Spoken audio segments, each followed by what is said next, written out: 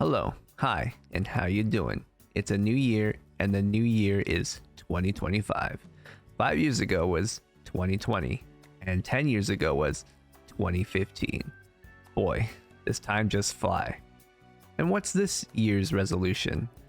Play more video games, and also share those experiences with strangers on the internet. Why not? I've been enjoying indulging in YouTube content of just people sharing experiences of the video games they have played. So starting this 2025 year, I've been inspired to do just the same, with a planned video every month of all the games I played on what I saw, heard, felt, and thought, answering big pondering questions like, was it fun? Alright, so to better organize my thoughts and to ensure I get to topics about the game I want to discuss, I've created a set of loose guidelines for myself. We're going to talk about story or narrative, highlighting those big story beats that invoke big emotions. Did the story explore themes that resonated with me? Did the story make sense? How are the drivers of the narrative? The characters. Big plots, subplots, side plots, were all these tied up in a pretty bow at the end of the game? I love me a good story-driven game. If the game we're talking about has one, but regardless, we will be discussing what there is to dissect. Next, arguably the most important part of a video game is the gameplay. How does the game play? How do the mechanics of the systems work, and how do they interact with each other? What does it encourage the player to do or not do? We're going to talk about the interface, the presentation of the mechanics, and overall, what does it feel like to play this game? How did I experience the gameplay? Gameplay is paramount when it comes down to how I enjoyed navigating the systems. Was what I interacted enjoyable? Now, on to how the game is presented visually to the player. What does the art style invoke in me? What emotions and feelings? What vibe or tone did I experience because of the visuals? Here I highlight my appreciations of the art or how the art style took away from the experience, which it rarely does for me. If I'm playing a game, usually I'm already in a good place in appreciating the art style, because it plays a part in whether or not I have picked up the game in the first place. Moving on to the music. Again, like graphics and art, what emotion does the music inspire me? But additionally, what does the music and soundtrack do to enhance the experience? Does it make the boss battles even more epic? Does menu music bring relaxing joy while I browse the inventory? Do the different tracks in different areas set up the setting? Music is powerful in video games, and I've grown to appreciate it more as the years go on. The sounds in the music help remind me of the past experience I've had by transferring me back to where the music was first heard playing. Last but certainly not least, we will be discussing the overall fun factor of the game. Culminating all previous features together, did it make a fun game that I enjoyed experiencing? Would I play it again? Would I suggest it to others? And here, this is where we find if it's actually fun. To begin this year, I chose to play Final Fantasy VII Remake, due to the recent announcement that Final Fantasy Rebirth was coming to PC. I was beyond excited to hear this news, as it meant the waiting was over to experience this game that was previously out of my reach on the elusive PS5. We will be mostly talking about this current playthrough of the game, but I'm going to compare this current experience with my first playthrough back in 2020, as they were a little different. But the way it's done for Rebirth, I was finally going to revisit Cloud and the gang and find out who the hell is this Zack guy, and does Sephiroth love Cloud? I should preface this retelling of my experience of Final Fantasy Remake. I have not played the original. Yes, I know, it's one of the best Final Fantasy games ever made, let alone one of the most renowned JRPGs. I grew up without a PS1 and not much knowledge of JRPGs, but that's a tale for another time. Nevertheless, this is my second time playing Final Fantasy VII Remake, now including Intergrade DLC. Fair warning, there will be spoilers. My first playthrough was a few years back now, when the game came out in the infamous year 2020. It had already been a month of religiously playing Animal Crossing New Horizons, a much needed addiction at the time. I'd started hearing about the long-awaited Final Fantasy Remake that's going to be released that April. The demo had been released for free on PS4. As a fresh newbie enjoyer of modern JRPGs due to the masterpiece that is Persona 5 Royal, I decided to give this game a tryout. Long story short, I thoroughly enjoyed the demo. As I watched Cloud jump off the train and the music led me into take control right away, I already knew I was in for a treat. Okay, so as someone who hasn't played the original, I can kind of tell the game set up certain happenings to be major, as if the game expected you to know fully what was happening in front of you as the player. Not the majority of the game, but certain things. I am fully in the dark on how the story may or may not have been changed from the original. But from what I gathered from the first part of the Final Fantasy VII Remake trilogy was that it had strong themes and great characters. In comparison to my first playthrough, all the main characters grew on me. Despite the occasional awkward dialogue scenes, the characters were charming and a little more complex than I initially thought. The interactions between them were great, but sometimes they were a little awkward. It was probably Corneo's pet. We were dinner.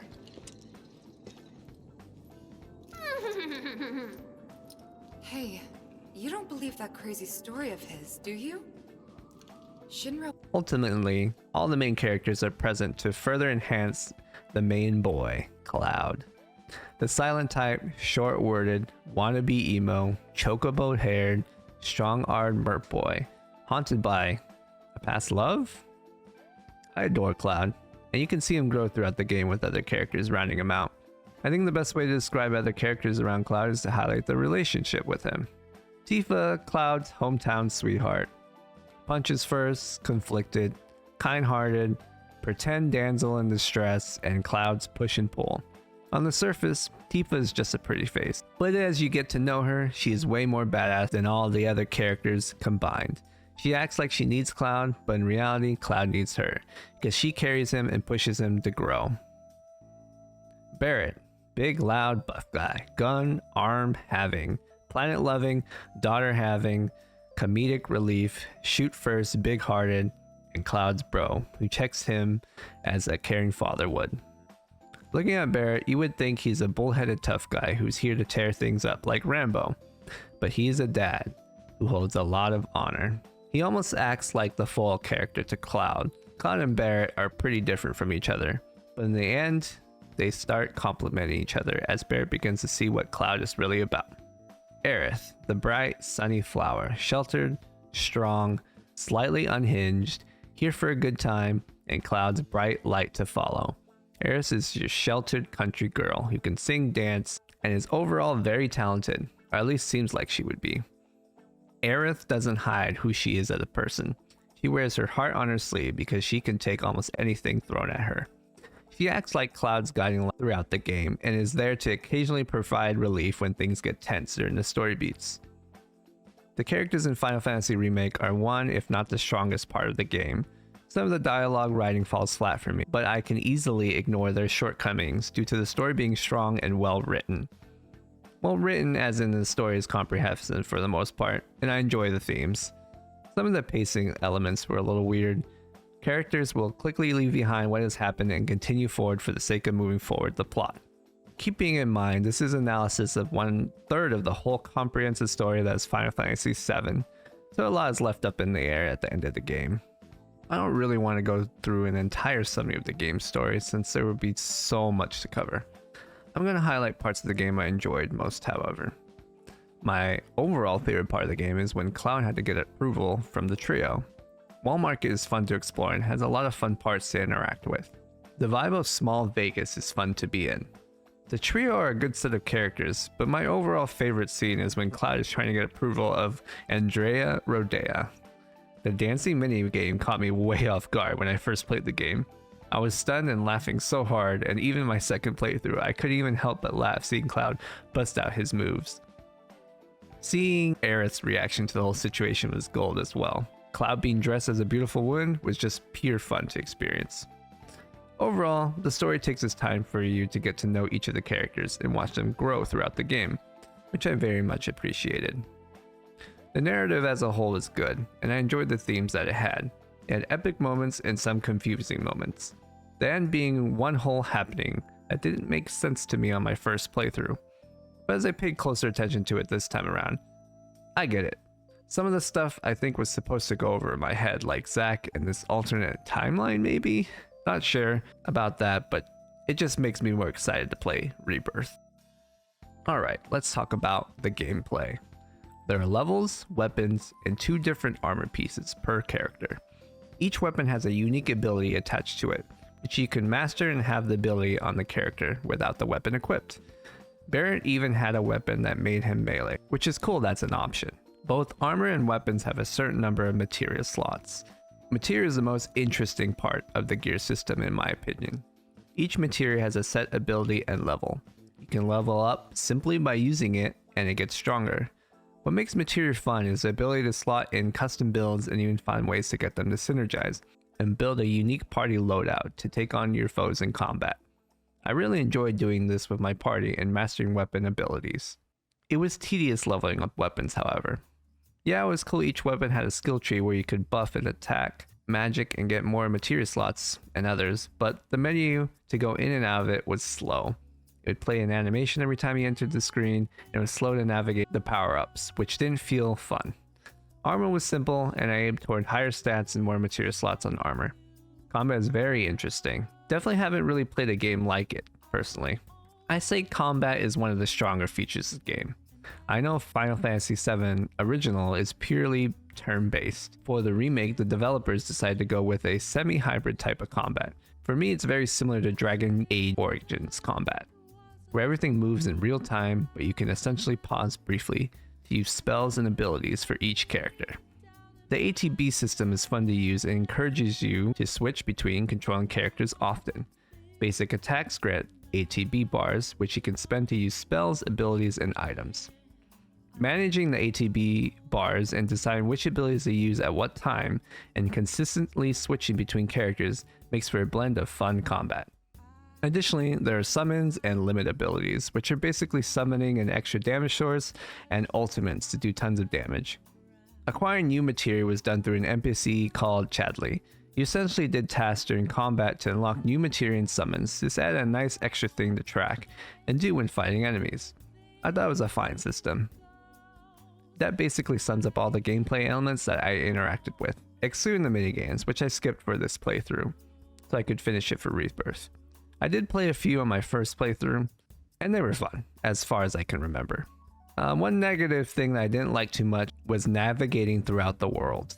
So much slowdown, pressing buttons, squeezing through cracks, traversing thin beams were all so slow. And my god, the mechanical hand minigame in the tunnel, it felt like an eternity for the thing just to do one rotation. Slowdown throughout the whole game was not fun. It dragged way longer than it needed to, and really bogged down going from place to place. Other than that, the gameplay is solid, and the combat is a nice standout. Alright, now on to the arts and graphics. The graphics in Final Fantasy Remake are impressive and very nice to look at. The character models are top tier, and even years after launch, they still look breathtaking. The environments are awesome, with textures looking good, except for the infamous flat 2D sky view, which is fine, it didn't bother me too much. Lighting is great, the menu is cool being able to see the portraits of characters in your party. The weapon skill tree looked cool, but it was clunky to interact with, like I said before. I really enjoyed the look and feel of Wall Market, like Small Vegas. The Shinra building was cool, a clean, modern look, and I liked traversing through the museum. A good amount of the cutscenes were hype, beautiful, shot well like a movie. The presentation of the game overall is very well done, and definitely looks like a good modern visual style for Final Fantasy VII. Now the soundtrack.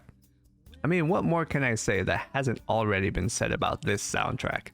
The music is one of the best in video games. I love the buildup of bombing mission,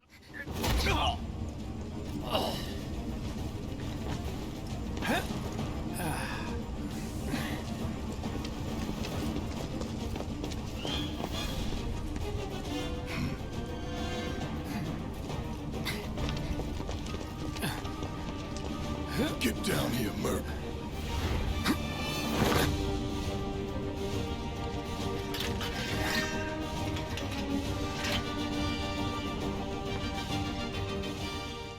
the epicness of Let the Battles Begin, and the Airbuster is just pure greatness.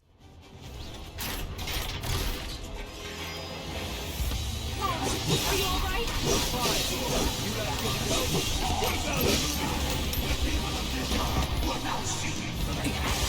Whatever.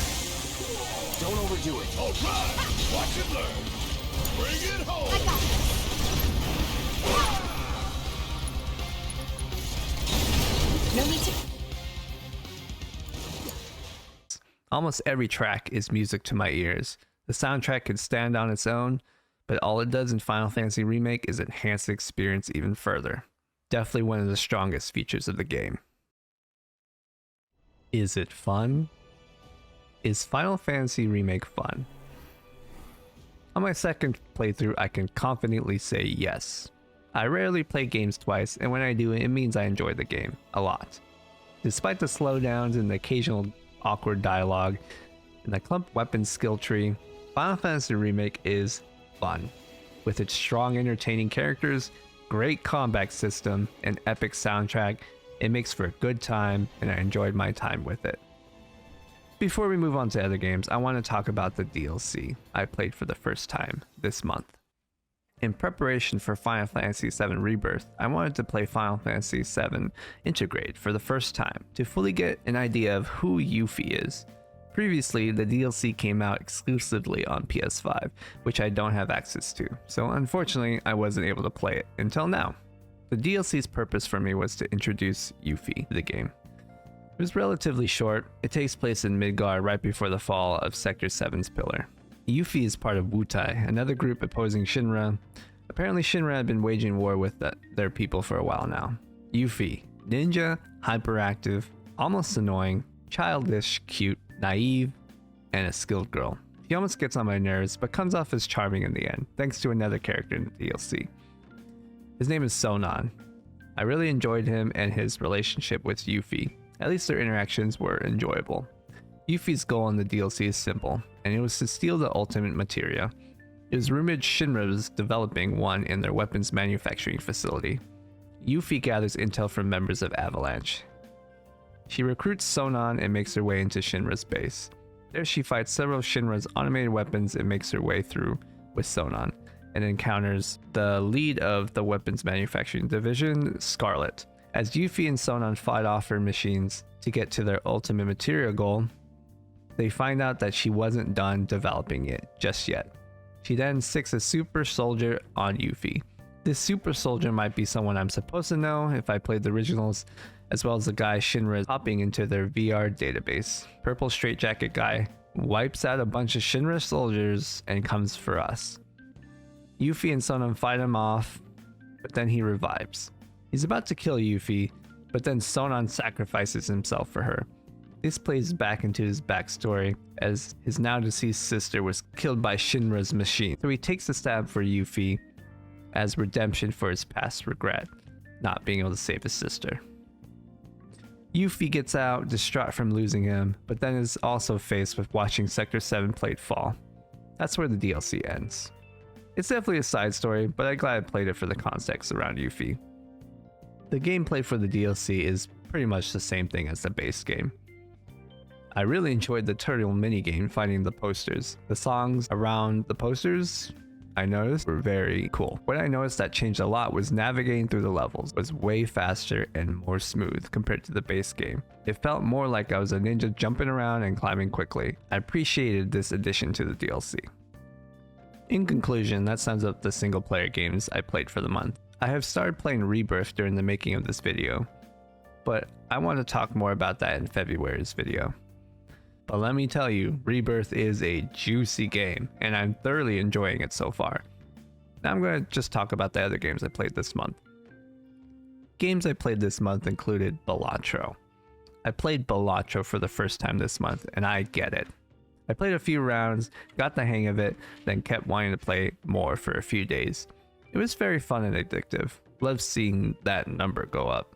The poker style and the combos you can make with cards, great fun.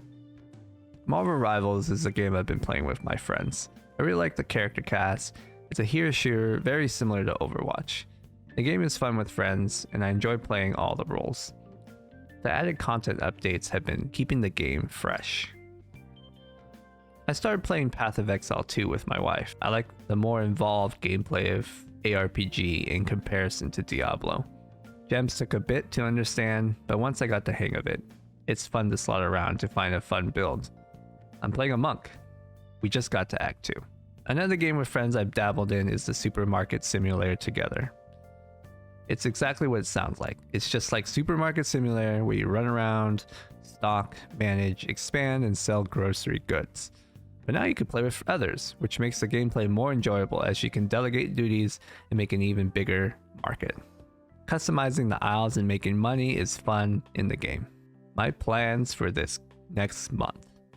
I plan to be playing mostly Final Fantasy VII Rebirth, as I'm looking forward to finding out what happens in the story and seeing the characters and seeing all the changes they've done to the game. So far, it's great. There's way more to play here than in comparison to the first one.